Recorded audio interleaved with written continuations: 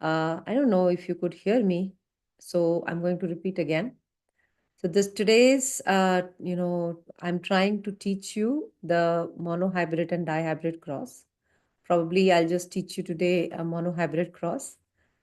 This is specially dedicated to my students in CBSE who are going to do their 10th board, and they are struggling with this concept. So like my tuition students, so I'm thinking that why not work on this and help everyone out. I hope you can see my screen.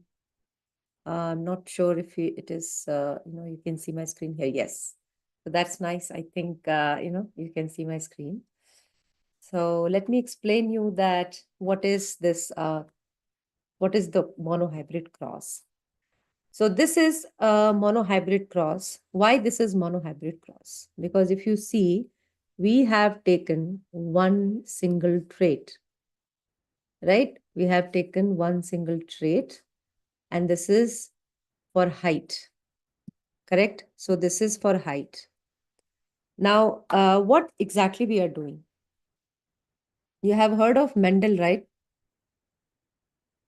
He's my favorite scientist. Why he's my favorite scientist?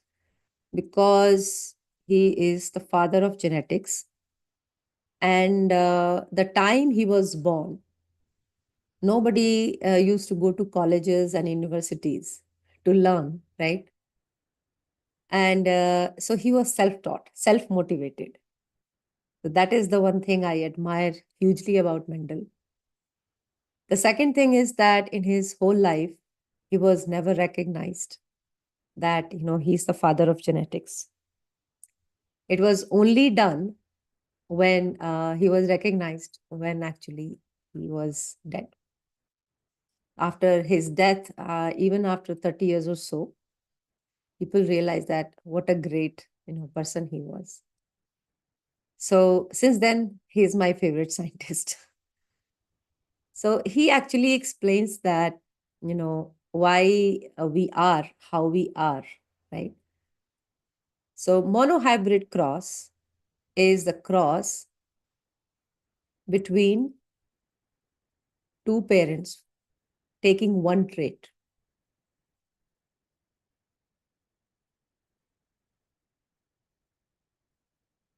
Is the cross for one trait. Now, one trait could be height, color of the flower, because in 10th grade, you are just focusing on pea plants, color of the flower. So, one single thing we are taking, right? Or a seed type, whether it could be wrinkled or smooth, right? So, we are taking one trait at a time. That means either height or color or type of seed, like that. Got it? So these are both alleles. When we are writing TT, this is what? Homozygous dominant.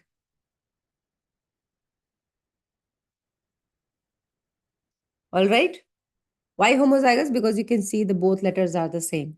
Correct? If I write,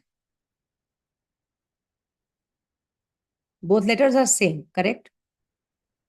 But they are small letters. So in genetics, what we call it as homozygous recessive.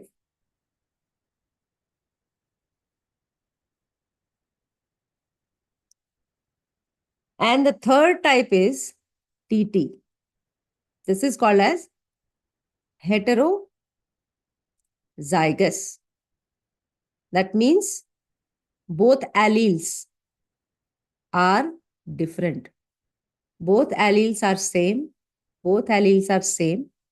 But capital letter, so it is dominant. Small letter, so it is recessive. And this is heterozygous condition. That means one tall and one small. Tall, small. So that's that way we call it as heterozygous. Now I'm going to explain this cross now. So we are having two parents. So that is called as parent generation. When they cross, you know that what happens is that the parent generation, gametes are formed. When the gametes are formed, the alleles separate. I will repeat one more time. Listen to me carefully. When in parent generation, gametes are formed, alleles separate. Gametes are formed, alleles separate.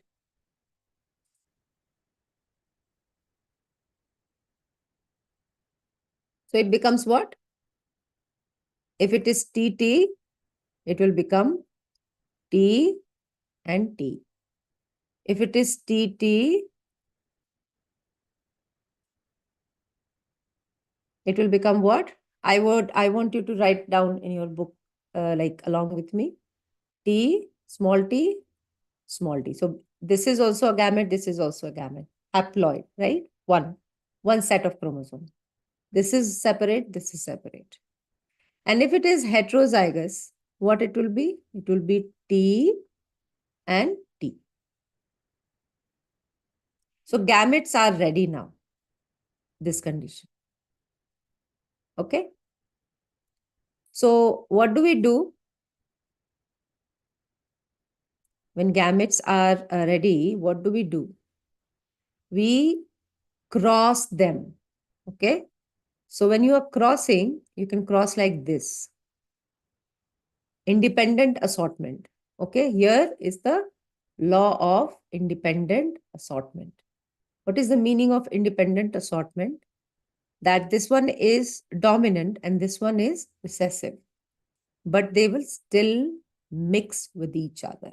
It's not that the capital will, the dominant will mix with only dominant. It will mix with dominant, recessive, and also with the dominant. So there is no any kind of segregation here. Okay. There is no like exclusiveness here. The dominant trait will mix with dominant as well as the recessive. And this is called as the cross. Okay. And it follows the law of independent assortment. Some teachers, they teach you in detail. So that's why I'm teaching you. Though at this point, when you are just few weeks away from your finals, I would highly recommend to stick to the past paper questions and do as many questions possible. That will help you to do your best performance in your exam. Okay. So this is a cross. Okay. You can show like this, but I will highly recommend the Punnett square. Okay. Why I will recommend the Punnett square, I will tell you.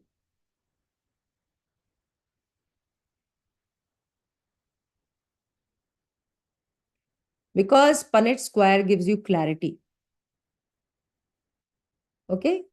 It becomes very easy. So what exactly you are doing in Punnett square is that you just write down the gametes. Okay. You make just 4 boxes. Okay. Like this. You are making 4 boxes like this. I will make it separate again. So this is one thing, and it is made of four boxes, right? One, two, three, four. You will just write the gametes, okay? Capital T, small t. And you can write small t here and capital T here. There is no problem with that. Let me just write this for you like that. There is no rule. So don't think that, only capital can be written on sideways or something. No, it is not like that. Okay, you can write like that, this also. And then just write this T is going to pair up with this T. This T is again going to pair up with this capital T together. This small t is pairing up with this T. This small t is pairing with this capital T. So, right? After this, we are supposed to understand the ratio. Okay. So this was monohybrid cross. So far we have reached for a square, a cross. And this one is called as Punnett square. This method is called as Punnett square. That it was the name of the scientist. There is no other significance. It was just name of the scientist, and because he gave it to us, that's why it's called as Punnett square. Next thing I want to definitely explain another cross, okay, with another ratio also, because so far I have not explained the concept of ratio. I'll just scroll down. I really hope that you have understood so far. If you have any question and if you are watching my video right now, you can leave message. Okay, I will get back to you. And I tutor on a regular basis. I have students from different curriculum all over the world. If you are interested in taking lessons from me, you can always join me, leave a message, and I'll reach out to you. Okay, so next I'm going to teach you, like this was a cross between homozygous dominant and homozygous recessive. Now let me do between two heterozygous plants. Okay, so this is the parent generation.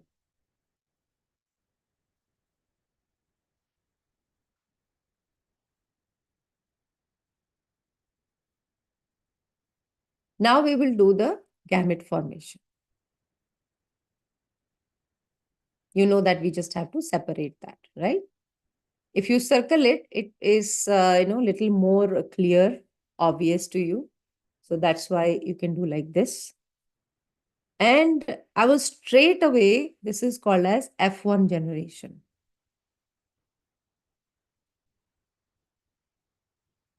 I'll straight away go here.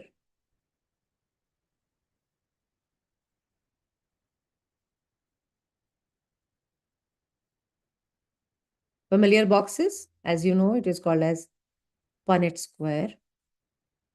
So I'm not writing it again. Okay. Now I'll write T, T, T, and T. Okay. As I showed you before, the pairing will, you have to do the pairing. This goes with this. This goes with this. Do along with me so that, you can check later that if you got it right or not.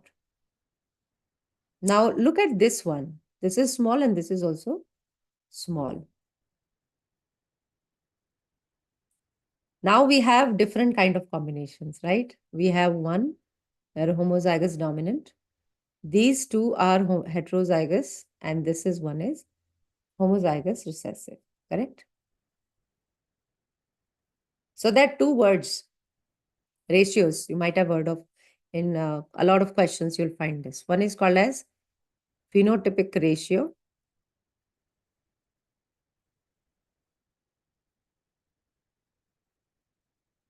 And then other is genotypic ratio. What is the meaning of this? Phenotypic means how it looks like, okay? How it appears. So whether it is this plant with capital T, this plant capital T small t, this plant capital T small t, they will all be tall, correct? Why they will all be tall? Because capital T is dominating over small t. Capital letter shows that it is a dominating over the recessive one, over T, which is recessive.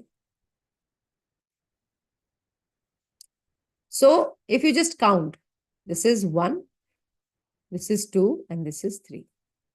So that means it's 3. What about this one? The small t, small t. This would be just small letters, right? That means it will be a short plant, homozygous recessive. So for the first time in all these three, this is going to express and it will be 1. Okay?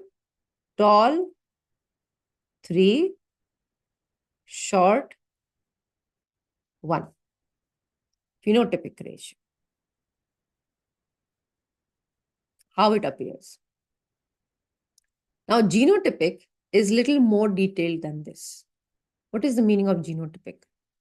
Genotypic means that, okay, it appears tall and it appears short. But what exactly is the genetic makeup? That means we are looking at the allele. Okay, we are looking at the allele. So, this is the first one. If you let me change the ink so that probably it will be. This is, both are dominant, right? 1. Now, 1 dominant, 1 recessive, 1 dominant, 1 recessive. So together what? 2. 1 dominant, 1 recessive, 1 dominant, 1 recessive. 2. And this is both are recessive. So again, such kind of plant is just 1. So genetic makeup wise, this is just 1. So that is called as genotypic ratio. Maybe you can try this cross. Just by changing the letter, it becomes confusing, isn't it? So you try RR into RR. Okay. And what you will do, you will form the gametes and you will do the Punnett square.